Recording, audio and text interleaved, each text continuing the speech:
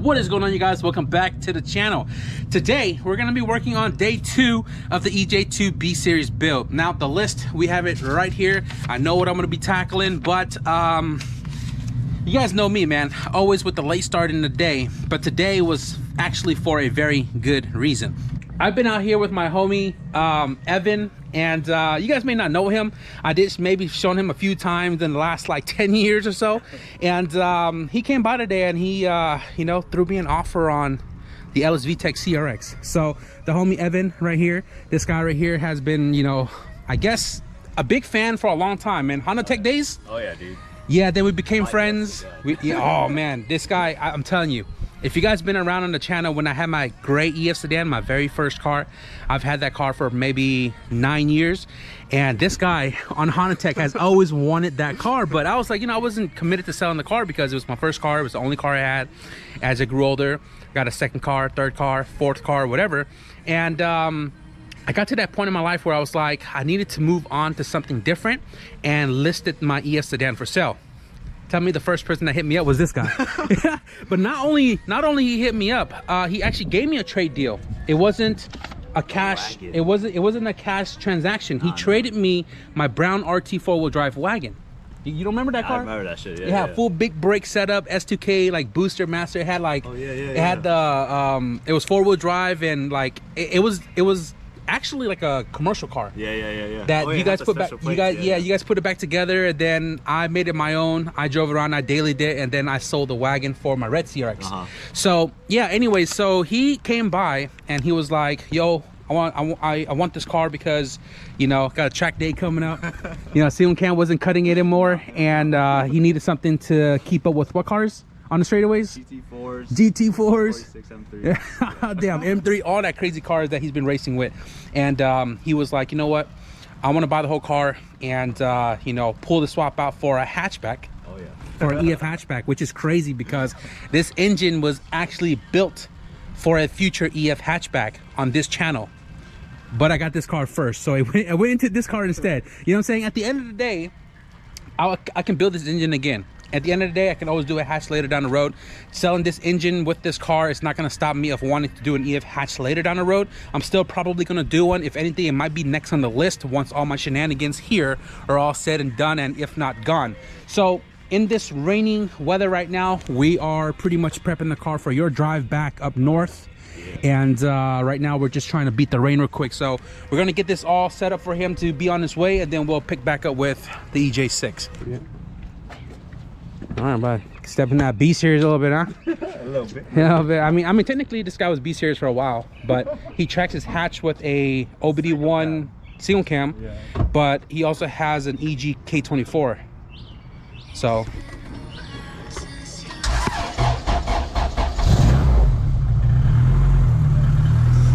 Cherry, dude. Cherry. It sounds good, man. Oh, you track boys, I got that turn down exhaust for you, bro.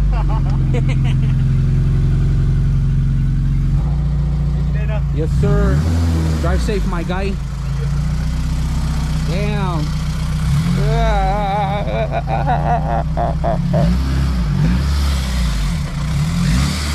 Oh, it sounds good. Oh, hey, plenty of blinker fluid for you. That VTEC gonna crack hard, bro. Hey, it really does crack hella loud though. Yeah, HSLs. Drive safe.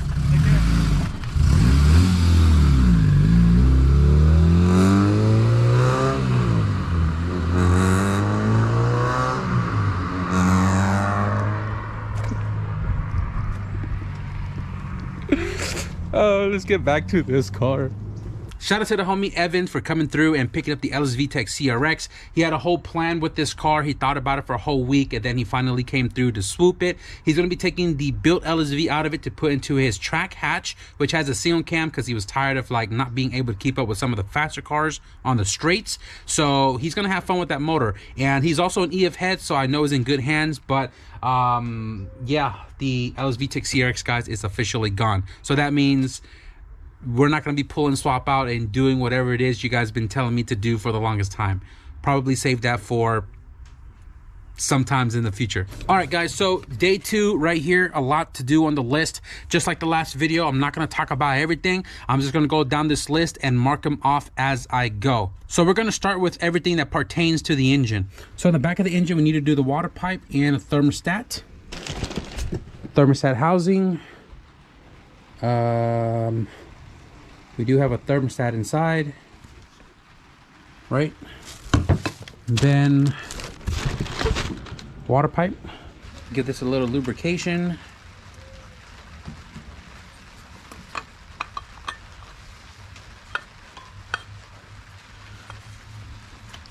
Pull this bracket out. Put a little lubrication on the pipe. We do have a piece of napkin inside here. Same thing for the opposite side. Thermostat housing. I did polish up the bolts a little bit so it looks nice and clean.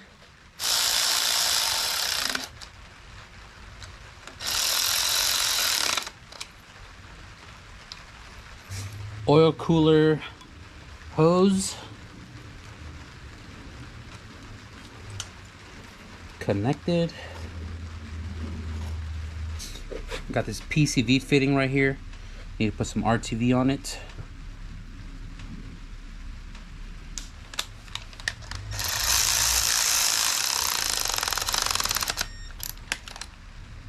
Alrighty. Water pipe, thermostat housing. Done. Knock sensor.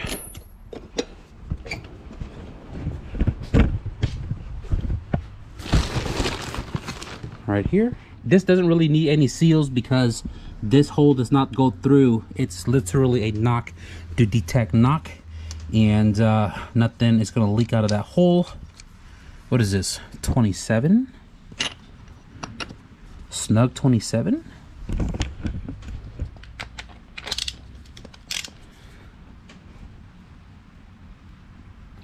All right.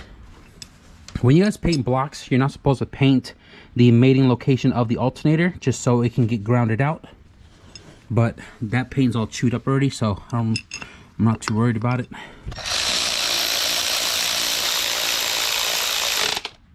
Knock sensor. So the next thing we need to do here is not listed because I saw it right here. We don't have the PCV system. So I need to grab that real quick.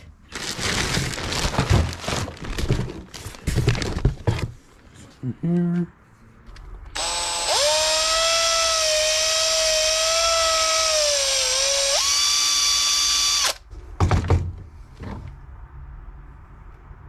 Make sure this is clean.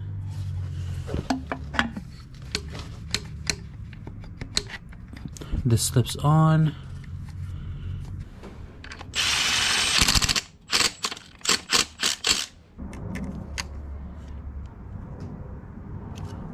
All right, so the next thing here, alternator belt and hardware. Okay, I think we have a brand new box down there. Let's grab that. All right, inside this box, we have a brand new belt and we have a brand new alternator. This right here is an OBD1 and it is looking fresh, but we need hardware. He does have his own bin of hardware, but he did tell me specifically that he does not have the alternator hardware, which I hope I do. Now you can use any hardware that fits, that goes all the way through, that you can bolt down, but the alternator is specific because it has a square on the end of it that locks it into the alternator bracket to keep it from spinning, so you don't have to hold it on both sides to tighten it down. So I actually do not have that bolt.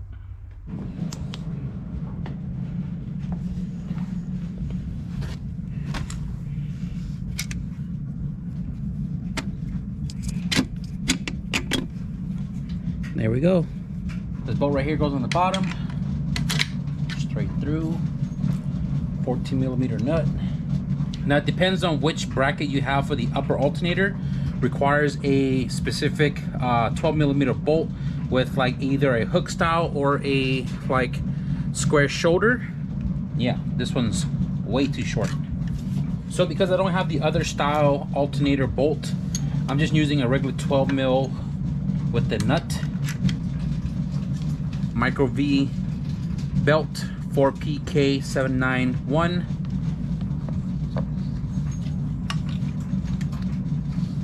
Alrighty.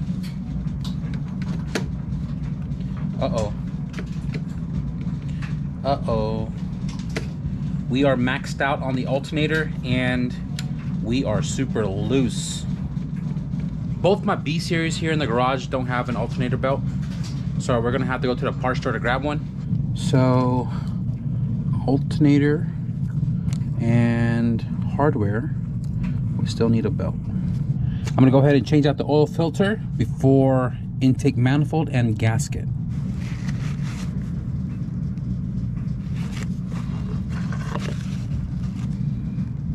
Huh, that's pretty damn clean.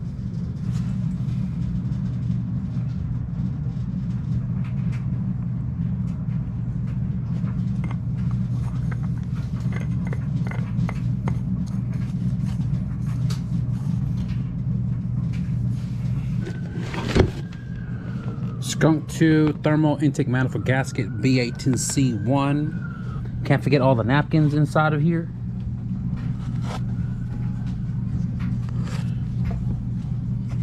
This head is rebuilt, so it's pretty clean on the inside. Cut away from yourself, guys, not towards yourself. This only goes on one way. You can't mess it up. This package right here, the intake manifold. So guys, we have a Skunk 2 Pro Series intake manifold for GSR, Skunk 2 throttle body, Omni 4-bar, which we're going to switch over to an OEM unit. We have a Golden Eagle fuel rail, and I need to get some stock injectors in here because he has big injectors for the setup because he has a built B20 VTEC later down the road. But for this setup, stock injectors will do fine. So I'm gonna have to find one of my clean sets to toss in here. Normally with aftermarket intake manifolds, if you're running a thermal gasket, you're supposed to change the studs out for much longer ones. But it looks like we have a very decent amount sticking out. So we are gonna retain the OE with some brand new stainless steel hardware. Okay, I misjudged. So 3 of the studs are not sticking out far enough. So I'm gonna have to swap them out. The rest of it, we're looking good.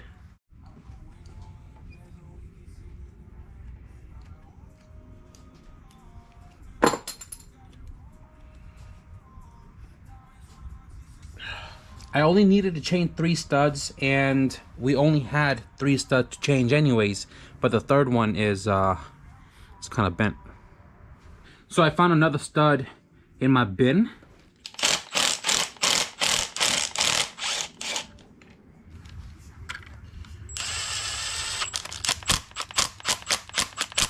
All right, so we should be able to put the intake manifold on and have threads to thread down the nut on all of the holes. Looking good. Ugh. All right, intake manifold installed. So as I was installing this, I noticed that there was not a gasket in between, and I was right. There is no gasket. Okay, so we got this thermostat gasket installed. This throttle body from Skunk 2 usually uses the Allen headed bolt, and we don't have any of those, but these 12s will do just fine. I'm gonna be swapping this out for OE map because it's an all-motor car, don't need the 4-bar, and we do have the OEM one in the bag, which I have right there on the chair. Probably this one. Perfect. Okay, OE map sensor. I also need to calibrate the TPS once it's in the car.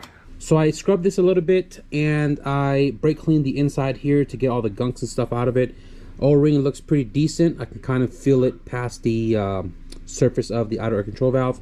And the cool part about the Skunk 2 Pro series is that it is bolt pattern for both the different outer air control valve, because one is longer, one is shorter. Single cam, B series, VTEC, non-VTEC, they're all different in the slightest. And I do have some hardware here that comes out enough.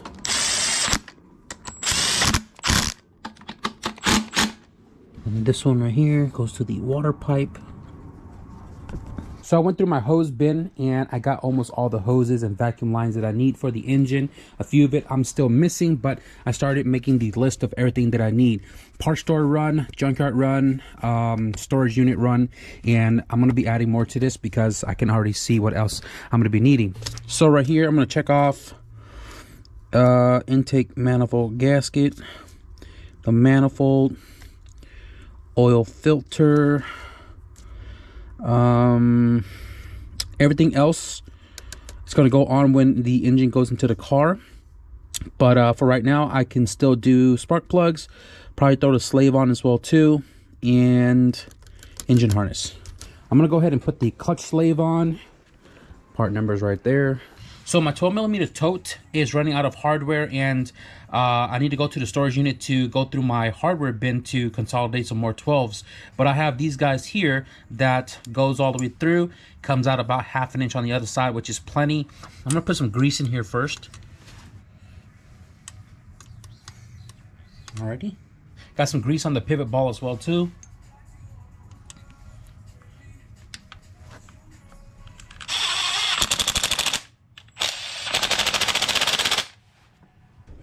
On here, clutch slave. All right, so let's go ahead and do spark plugs. Spark plugs we are running are the NGK BKR6E-11 2756. This is recommended by the homie Nomis Industries because he knows a thing or two about spark. So this is what you use when you're running an all motor car with coil packs. So I'm definitely going to be taking his word for it. Go ahead and just drop these in there right out of the box. No gapping necessary for an all-motor car.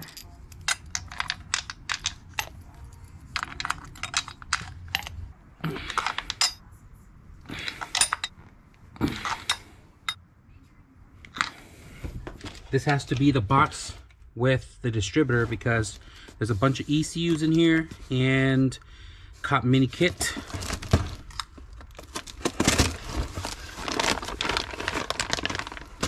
Ooh, fancy distributor. VTEC distributor. Okay. This right here has Honda on it with the coil pack, so I'm sure this is what we're going to be running. Now this only goes on one way, and if it doesn't go in one way, don't force it. Just do it 180 degrees and fit it again. Boom, flush. Broken tab. This is just going to loosely be on because we still need to time the engine. Spark plugs, distributor. We still need to do coil packs. I'm not going to do that until we figure out the hardware and the valve cover for the plate. I could do the engine harness tonight, but I'm actually getting kind of tired, so we're gonna pick up on this tomorrow, guys. We knocked off a lot on the list, and we're probably gonna have to go grab the other stuff in the storage unit. So we'll see you guys in a second. Not gonna lie to you guys, I didn't take the camera with me, but I took off today to go grab all the stuff on this list right here, and we have almost everything. So I went to O'Reilly's to go grab a coolant hose from the cylinder head to the valve on the firewall, and we also grabbed the hose that goes from the intake manifold to the thermostat housing. The alternator belt that we had that was too long, I went to go compare it to the parts store, and it's the correct part number, but it's just way too long. And I tried to see if they had one that was like a one step down. They just couldn't find anything that was lesser than a 31 inch. So everything they had was a bigger belt, and that obviously wasn't going to work for me, so we're gonna have to figure that out later down the road. So I went to the storage unit to get rid of all the stuff that was on the floor that was piled up from my EF sedan suspension install. That is all organized in a unit. And then I went to go find the post mount for the engine to swap it out so we can utilize the 2-post mount that's already in the car. Turns out I have an innovative 3-post mount. So instead of swapping out the post mount on the engine itself. We're just going to swap the motor mount and utilize what I just picked up from the unit. So motor mount, post mount, I'm gonna cross that out. I didn't get a battery tray because gotta get that from the junkyard, and I did find a gang of OBD2 injectors. So we're gonna clean a set of injectors and then throw that on the fuel rail as well too. So I'm gonna cross it out on the buy list, but we still have the to-do list. So let's continue. Got this U-hose right here from the intake manifold to the thermostat housing.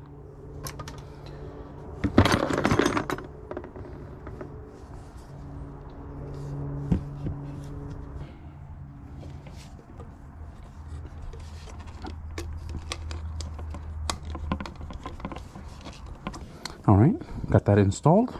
This one right here is from the cylinder head to the heater valve. It goes like that, and then it goes around the transmission, and it goes right into there. And this one, it goes on the side of the head, right there. We'll adjust it accordingly, but I'm just going to go ahead and clamp it down. Alrighty. Part number for this, Gates 19151. Just want to double check here. I have so much stuff, dude, and sometimes I don't even know where it comes from. I don't do EGs or DCs that I would need a mount like this, but I don't know. I found it in my tote. Just want to double check this real quick. We are Gucci. So because we're not changing post mount, I'm gonna go ahead and mark that out because we got a motor mount, heater hoses, got that, header, shift linkage, engine harness.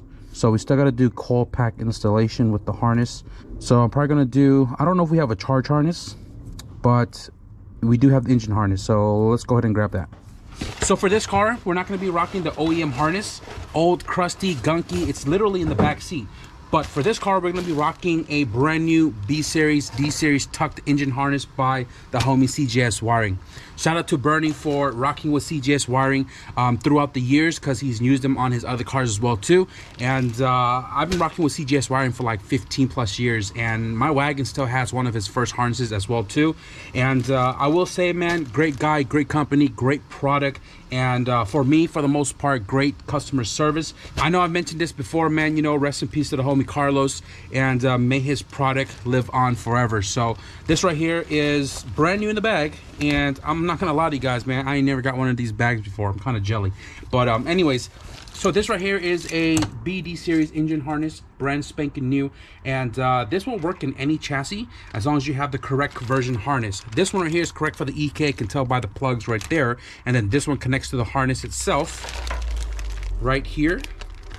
So we're not going to install this right now, but we're going to put this on the engine beforehand. The goal is to have the harness coming out from dead center of the intake manifold, nice and tucked. And the only thing that's going to be traveling towards the firewall is just this section right here. This right here, auto control valve, TPS sensor, map sensor. You got one for NOx sensor, oil pressure sensor.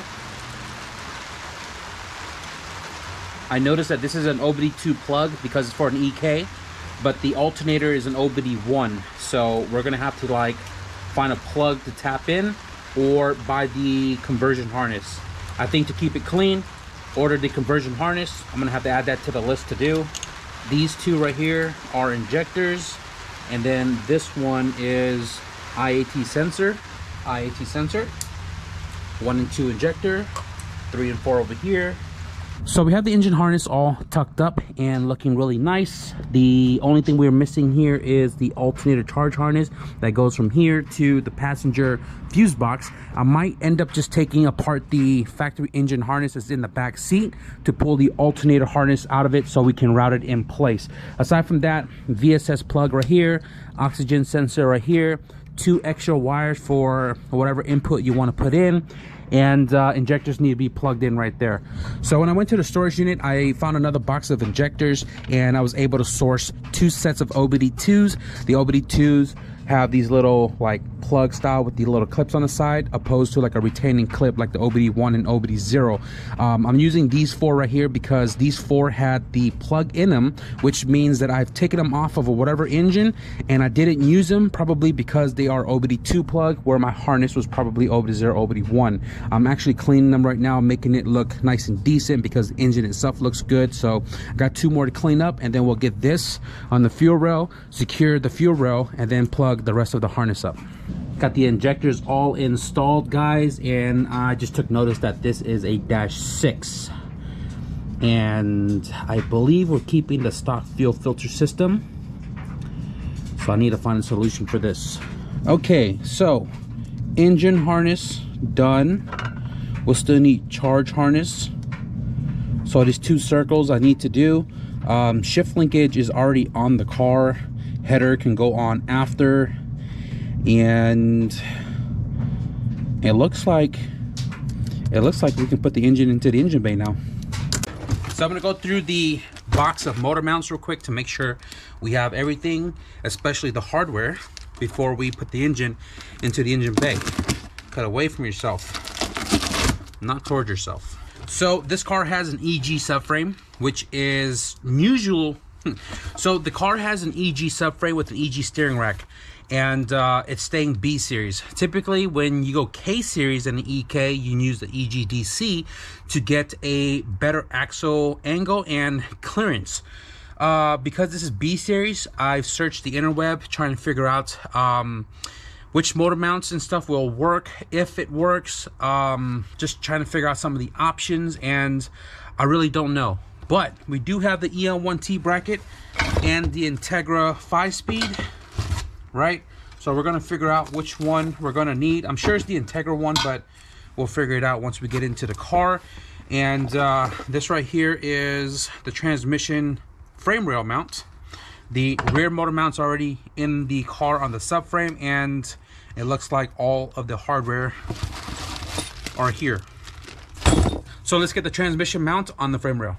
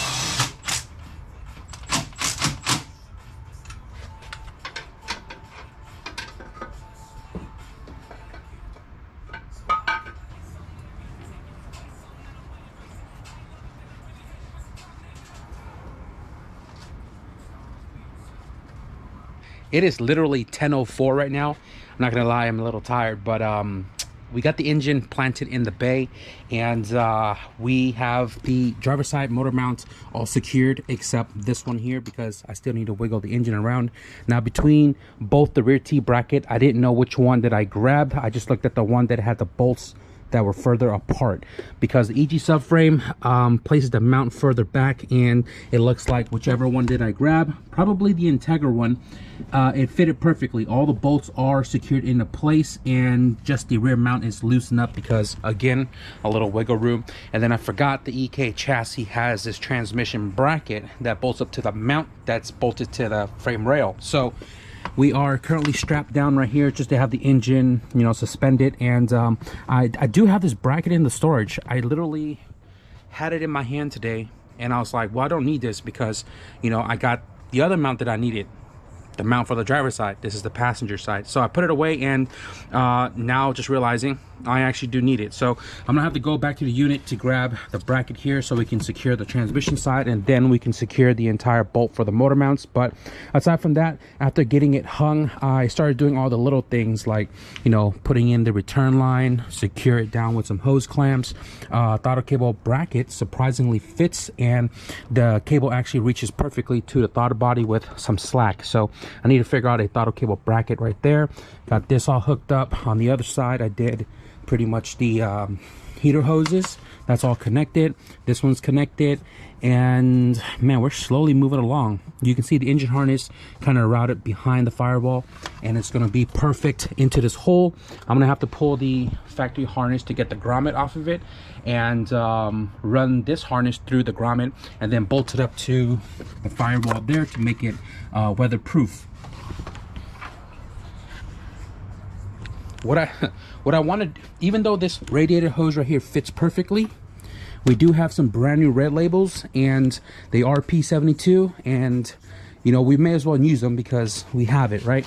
It's always nice to have brand new stuff. So what I want to do right now is I want to install the upper and lower B series P72 radiator hose. 19501-P72-000, that's for the top, and then the bottom here 19502 P72-000. So this right here is for GSR upper and lower. I need to get some hose clamps, just 2 more I think. Let me check the bin real quick and we'll get that installed. First and foremost, that has to change. Mucho better.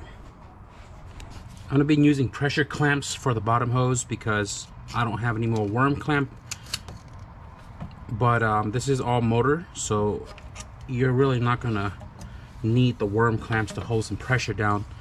I once knew a guy who had a 700 horsepower car that was on the dyno, and his pressure clamp blew apart on the dyno during the pool and busted coolant all over the wall. Troy. But for an all motor car, pressure clamp more than enough. If you really think about it, that's how it came from factory, right?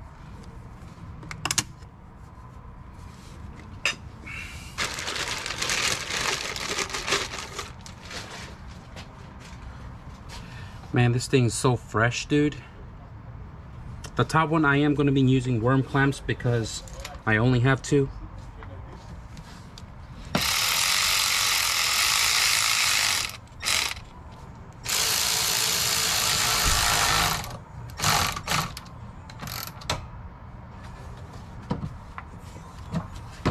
All right, so we prepped a lot of engine parts today, right? Mark that out. Radiator hoses, done. Shift linkage and header, we're gonna do that in day 3 because I need to figure out the bushing we're gonna be rocking, because there's one that's currently on the car that's aluminum and I might have to change it, so I don't feel like crawling underneath the car. The header is not going on until the shift linkage stuff is done because of how tight the runners are close to the bolts for the shift linkage, so that's probably gonna be the last thing. But other than that, that's everything for day 2. But one more I want to do is this right here. I found this bracket. It's a PR4 bracket. This is an Ellis intake manifold bracket for the throttle cable, and I test fitted it and it looks like it's going to work, except the bolt patterns are different. So if you look, this one is much wider than the one on the manifold. So what I'm going to do is I'm just going to gauge it, drill a new hole, and install this, and then tension the cable. Then we'll wrap it up for tonight.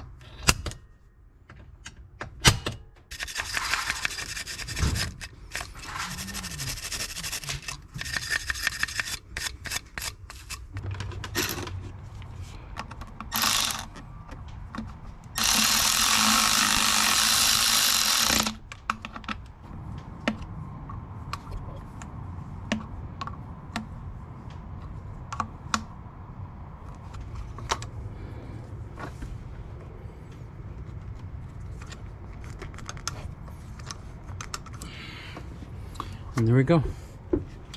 All right, guys, before I close up and give you guys a look of the engine in the engine bay, this thing is coming along, man.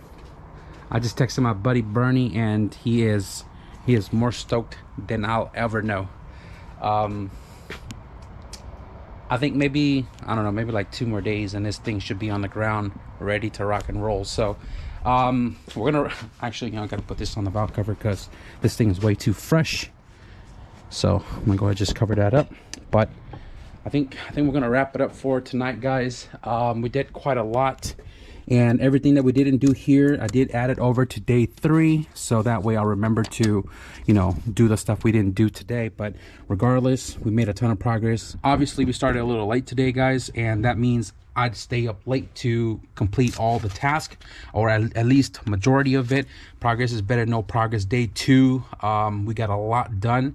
I wanted to turn the car on today, but like as I was going along with, like, you know, putting it all together, realizing that we're missing a lot of stuff still. So unfortunately we can't get it to turn on today, but I will assure you guys within the next video. So we're gonna do just that, because just looking at day 3 list, cakewalk.